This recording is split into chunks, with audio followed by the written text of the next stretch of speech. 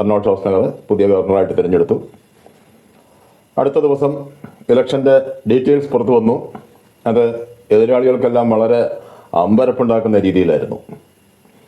അതായത് പഴയ governor grey ഡേവിസിനെ തിരിച്ചു വിളിക്കണം എന്നാവശ്യപ്പെട്ട് 55.4% ആൾക്കാർ വോട്ട് ചെയ്തു.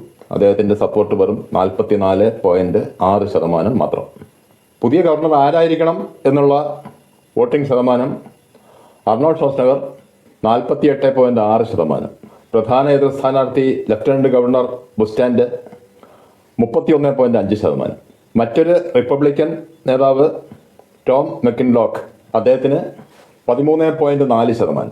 മറ്റൊരു പ്രധാന സ്ഥാനാർത്ഥിയായിരുന്ന പീറ്റർ കാമജോ എന്ന ഒരു നേതാവിന്, അത് അവിടെ ഒരു ചെറിയൊരു ഈർക്കിൽ പാർട്ടിയുണ്ട്, ഗ്രീൻ പാർട്ടി എന്ന പേരിൽ, 2.8%.